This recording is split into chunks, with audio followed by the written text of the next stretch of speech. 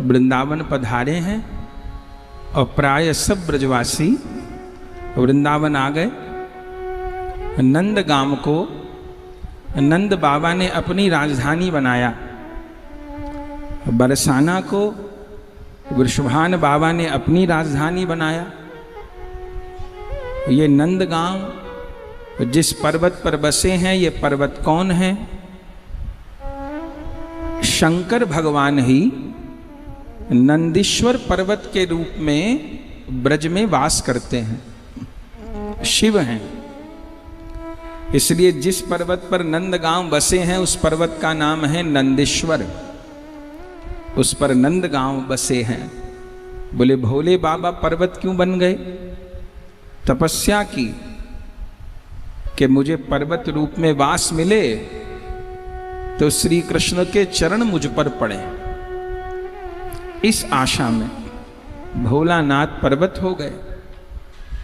और जिस पर्वत पर बरसाना धाम बसे हैं, ये पर्वत कौन है? ये पर्वत ब्रह्मा जी हैं।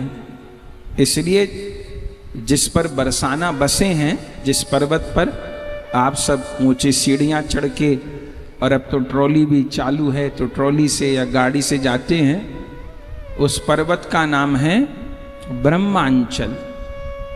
ब्रह्मा जी बने हैं वह पर्वत। आज भी अनुभव होता है। कुछ वर्ष हो गए, एक पंजाब की ही मैया थी, वो लोग गए बरसाना, ब्रज में दर्शन किए, बरसाना भी किए, तो गहवर वन की परिक्रमा की। उन्होंने सत्य घटना आपको सुना रहे हैं। तो उन्होंने गहवर वन से एक शिला उठा ली।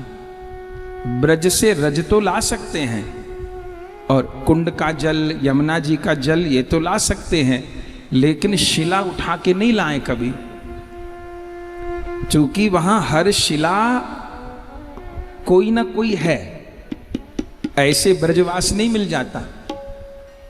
तो शिला नहीं लानी चाहिए, पर उस मैया को ज्ञान नहीं था या उन्होंने माना नहीं।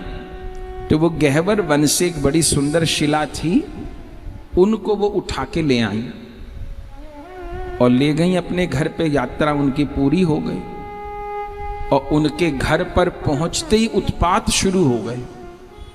अब उनको समझ ना आ गए, सब लोग बीमार पड़ गए, एक दो लोगों की मृत्यु भी हो गई। ये सत्य घटना आपको सुना रहे।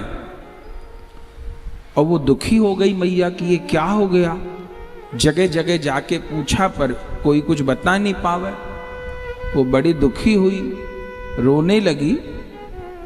तब उस मैया को ब्रह्मा जी दर्शन दिए स्वप्न में और बोले कि तू हमको बरसाने से उठा लाई है।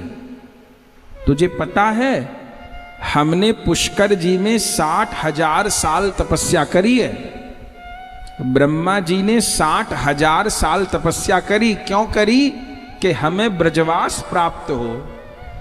तो हमने हजारों साल तपस्या करी कि हमको राधा रानी ब्रजवास प्रदान करें, तब हम यहां ब्रह्मांचल पर्वत बने हैं और तूने मेरा ब्रज छुटवा दिया। अब मैं तेरे परिवार को नष्ट कर दूंगा। ये सत्य घटना आपको सुना रहा है। तब तो वो मैया बड़ी रोई, क्षमा मांगी, मैं अनजान थी, मेरे लिए प्रायश्चित बताओ। तब उन्होंने कहा कि मुझे जहां से लेके आई है तो वहीं रख के आ।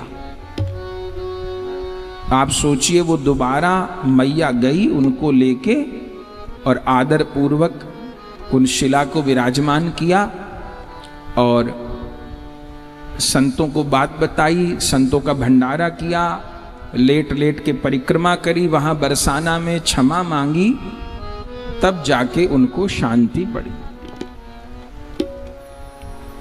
तो ब्रह्मा जी ब्रह्मांचल पर्वत बने। और बरसाना आप जाइए तो 4 शिखर हैं बरसाने के। वो जो 4 शिखर हैं वो क्या हैं?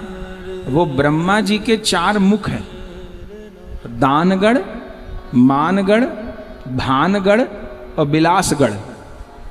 जिस शिखर पे मंदिर है उसका नाम है भानगढ़। जहां पर दान लीला भई वो है दानगढ़, जहां मान बिहारी हैं वो है मानगढ़, और जहां प्रभु केली विलास किए रास किए उसका नाम है बिलासगढ़। तो जो 4 गण हैं ये मानिए ब्रह्मा जी के 4 मुख हैं।